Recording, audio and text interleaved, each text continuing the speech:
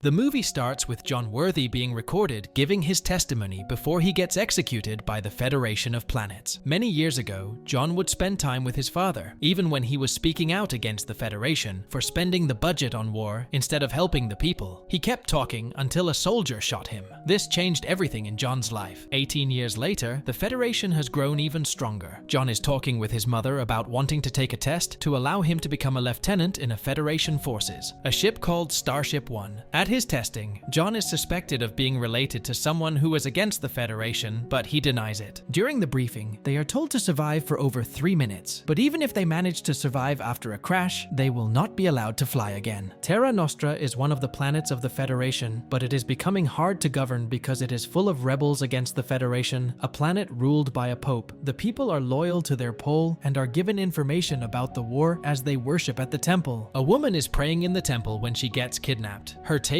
is forcing himself on her when she gets rescued by her sisters, who kill her captive. Earth is filled with radiation after a big war and has become inhabitable. The ship arrives at a rapid speed to Earth. Everyone inside is shocked when Terranostra ships arrive after them and get into battle stations. They put up their shields and get ready for a fight. They target the enemy ships and fire their cannons at their engines. They manage to hit their large ship, but there are still more ships attacking them, but the return fire takes down their shields. They tried to evade them, but they couldn't avoid the shots. They take their biggest shot and turn around to escape after hitting all 3 of the enemy ships. Even after getting caught in the debris, they survive. On Terranostra, the soldiers brought a traitor to their leader. She killed 16 people after an ambush and didn't want to give up her comrades. This doesn't sit well with the leader, and he pulls out the sword and cuts off her head. After the battle on the ship, John is taken back to the deck because he is the only fighter pilot that they have. But if that wasn't the case, then he would be in jail. They are on their way to visit Old Earth, so a smaller plane takes off out of the larger ship to survey the area, but as it gets closer to the plant, it starts having problems due to the weird radiation. Another ship takes off out of the Federation base as someone looks on while it takes flight. The personnel on the ship raise their shields. Their journey then takes them to Old Earth, where they confront the rebels who are defiant and unwilling to collaborate with the Federation. They don't want to give up their warbots to the Federation's cause, but they have no choice since they are the only protection Old Earth has against Terranostra. Captain Savage hears their argument and calls them back into Starship 1 because she wants to confirm with General Gustav before taking any action. The general is arguing with Zarina because he wanted to attack Terranostra, but she is giving the command to go focus on Old Earth instead. Her son tries to interject on behalf of the general, but she stops him and makes the general follow her orders. The two are still arguing with Zarsis, and they finally get the message to go back to the ship. The chilling command issued by the Federation's enigmatic figure known as the Overseer sends shockwaves through the ranks as they are ordered to obliterate the very cradle of humanity, Old Earth, before Captain Savage, torn between duty and conscience, can enact this catastrophic directive. John, fueled by a surge of determination, orchestrates a daring mutiny that culminates in the demise of the Overseer. The act, though born of necessity, carries a heavy toll, leaving a somber air of consequence in its wake. However, the echo of rebellion reverberates across the void as the rebels swiftly retaliate against this bold defiance. Dispatching 2 formidable gunships, they launch a relentless assault on the Federation vessel. The once orderly confines of the ship erupt into chaos as alarms blare and crew members scramble to contain the escalating crisis. Rimmer, a crew member who remains faithful to the Federation, manages to escape. Following a damaging attack, the rest of the crew, including John, are forced to make an emergency landing on Old Earth. Upon their arrival, they are greeted by rebel warriors, Xarsis and her daughter Jolly. Initially, John is hesitant to align himself with the rebels. However, through persuasive discussions, Jolly and Xarsis manage to convince him to join their cause. The Federation, alarmed by the escalating rebellion, has taken decisive action by mobilizing a formidable armada, signaling their resolve to suppress the uprising. Faced with this ominous development, Xarsis, grappling with the looming threat, implores John to take swift action to safeguard not only their own lives, but also that of her cherished daughter, Jolly. Recognizing the urgency of the situation, John resolves to evacuate Earth, embarking on a perilous mission aimed at ensuring the safety of Jolly amidst the chaos of interstellar conflict. Amidst the turmoil, John endeavors to mediate between the Federation and the rebels, hoping to find a diplomatic solution to the crisis. In a sudden turn of events, the peaceful dialogue is shattered by the thunderous roar of Federation ships force, launching an aggressive assault on the rebel strongholds. Despite being outnumbered and outgunned, John and his companions manage to evade capture, navigating through the chaos of the battle-ravaged skies. They ultimately find sanctuary within the hidden confines of the rebels' clandestine base. In an unexpected turn of events, Starship,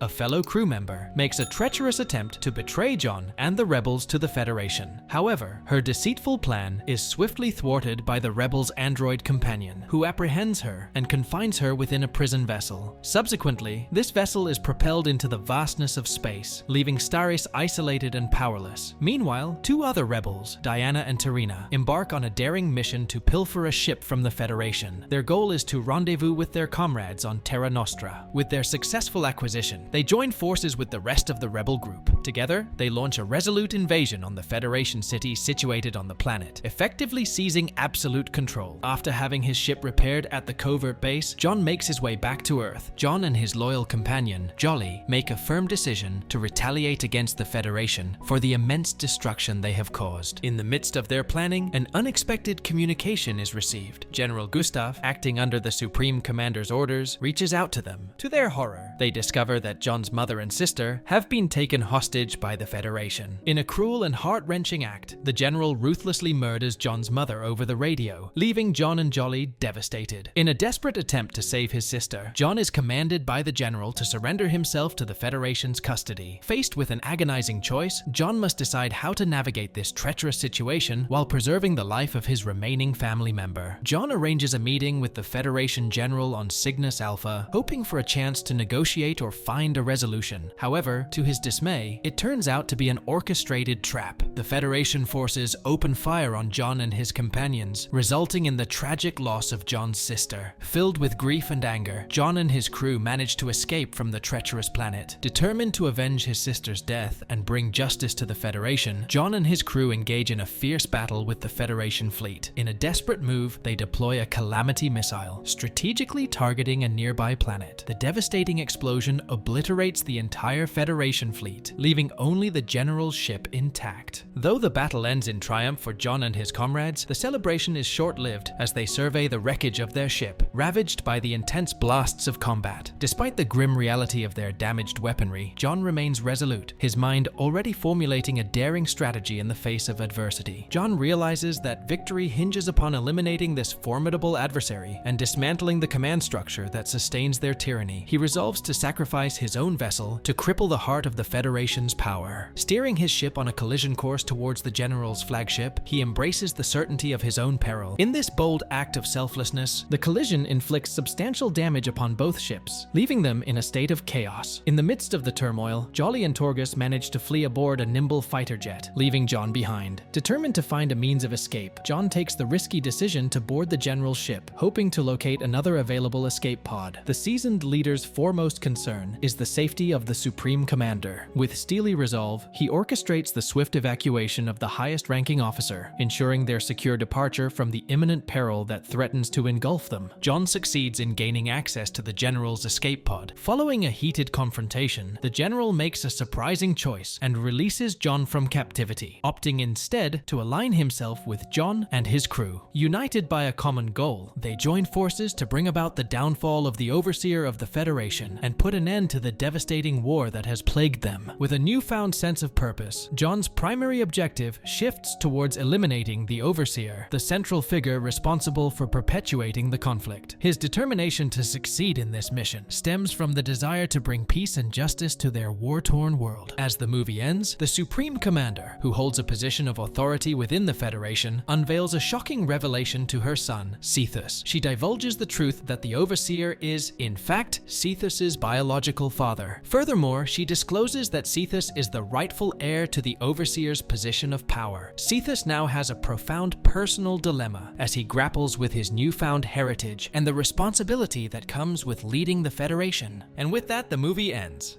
We hope you enjoyed our video. Watch the next recaps on the screen, and don't forget to subscribe for more amazing recaps. See you in the next one.